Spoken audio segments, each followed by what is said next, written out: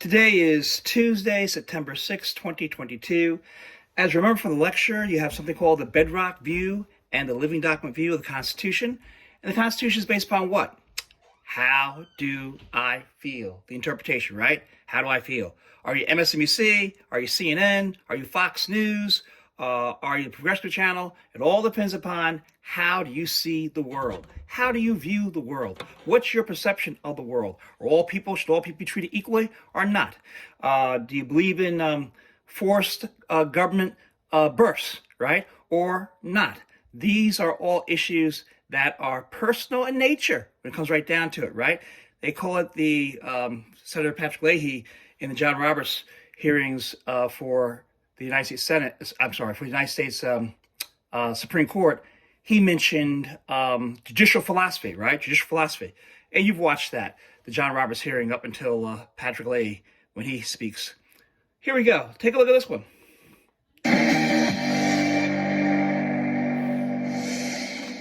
The Justice Department has now had its first major setback in its investigation into Donald Trump. Yesterday, Eileen Cannon, the federal judge in Florida who's overseeing the Mar-a-Lago search, she granted Donald Trump's request to allow an independent special master to go through all the material seized from Trump's home. Here was the New York Times headline: "Deeply problematic. Experts question judge's intervention in Trump inquiry." One former Homeland Security official from the George W. Bush administration called it a genuinely unprecedented decision by a judge. A Harvard Law School professor called Cannon's reasoning thin at best and deeply problematic. A New York University law professor told the Times that the judge chose a radical path. So basically, the entire legal community is shocked by this judge's call. But you know who isn't? Donald Trump. And you know why? Judge Eileen Cannon, the judge who made this decision, was appointed by Donald Trump. She was confirmed in the final days of his presidency after Trump lost the 2020 election. Like many Trump appointees, Judge Cannon is a longtime member of the Federalist Society, a well-financed and highly influential conservative group that aligned itself with Trump well before he was even elected. The Federalist... Now, you remember watching the video with Senator Chuck Grassley from Iowa, and he was asked a question about whether or not judges should change over time.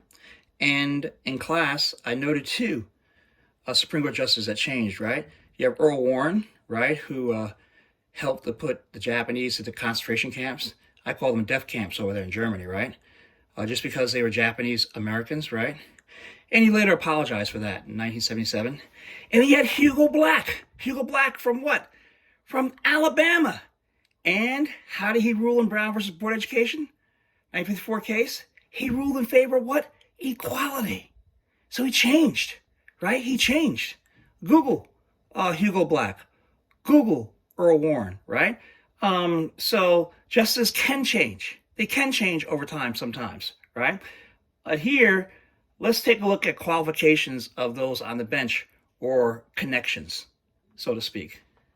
Society is instrumental in championing judges with hardline conservative views and ties to the conservative movement, and getting them appointed to the federal bench. Case in point, should the Justice Department choose to appeal this ruling, they will be doing so in the 11th Circuit, an appeals court where the majority of judges were also appointed by Donald Trump. Several of those Trump appointees are also members of the Federalist Society. And above that court, there is the Supreme Court with a 6-3 conservative majority, one where half the conservative judges were appointed by Donald Trump.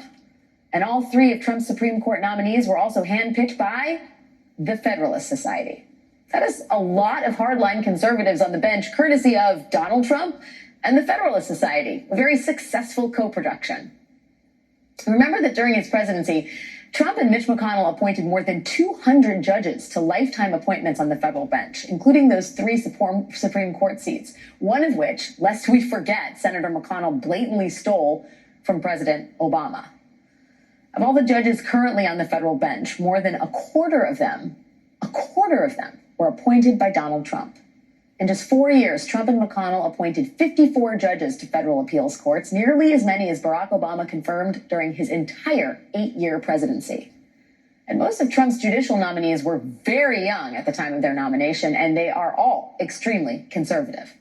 Eileen Cannon, for example, the judge in this Mar-a-Lago case, is only 41 years old. She was 39 when Trump nominated her as a district judge. Cannon had worked as a clerk for a conservative judge on the 8th Circuit Court of Appeals, but other conservative Trump appointees have not had the most extensive resumes, considering that these are lifetime judicial appointments. Take 35-year-old Catherine Kimball Mizelle, who had never tried a case before Donald Trump gave her a lifetime appointment to the United States District Court for the Middle District of Florida. Earlier this year, she was the one who handed down the opinion abruptly ending the federal mask mandate on U.S. airlines. Or there is 39-year-old Judge Justin Walker, who had also never tried a case in his life when President Trump appointed him to the federal bench in 2019. In 2020, Judge Walker ruled in favor of a Louisville wedding photographer who wanted to deny service to same-sex couples. That decision was appealed, but just last week, another judge once again sided with the photographer, and this time the judge was a guy named Benjamin Beaton, a 40-year-old judge, another appointee of, wait for it, Donald Trump. As much as legal experts would like to believe that cases like this are decided on the merits of the argument made in court, the rulings of judges like Eileen Cannon and Catherine Mizelle and Justin Walker, they all suggest that something else, something particularly partisan, may be at play. And for Democrats who currently hold both the White House and the Senate, the only way to fight back may be to remake the federal bench. Today, the Senate returned to Washington to finish its work for the year, which includes confirming a whole lot of President Biden's judicial nominees. Just last week, President Biden named 8 more judges for the Senate to confirm to the federal bench. But despite confirming judges at a pace unmatched by any president since JFK, there remains a lot to do. There are still 78 district and appeals court vacancies to fill before the end of this year, when Democrats could very well lose control of the Senate. So tick-tock, right? Tonight, Democrats confirmed a new circuit court judge in Illinois, and tomorrow, Senate Democrats will hold hearings for 6 more federal judges. If they needed any more evidence about why these things matter, they need look no further than the Florida courtroom, where the nation is watching the consequences of Trump's judicial confirmation spree play out in real time. Where a Florida judge single-handedly put the brakes on a criminal investigation into the former president of the United States and could literally change the course of American history. It was a Republican nominee to the United States Supreme Court, Earl Warren, right, who became Chief Justice of the Warren Court, which upheld the Civil Rights Bill of 1964, Voting Rights Act, right, 65, and all the equality that was fought for in the 60s, right? He was Republican. I mentioned him earlier, right? What happened on March 1st, 1875? Oh, the Civil Rights Act of 1875 was passed. And what happened to that bill?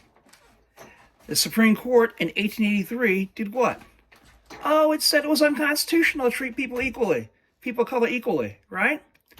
And then it didn't get passed again, and Dr. King said it was a weaker bill in 1964, until 1964. Could women vote when the country got started? No, they couldn't vote, right? Could slaves vote? With slavery, free labor, you worked night and day and night, you paid $0, and then you make up a lie saying, hey, these people are inferior, all that kind of stuff, right? Could they vote? No, but they were counted for what? You should know the answer to that question, right? So the bottom line is, our law is based upon how do you feel? How do you see the world? Do you see the world as all people being created equally? How do you see the world? What's your view of the world? Be well, study hard. Today is Tuesday, September 6, 2022.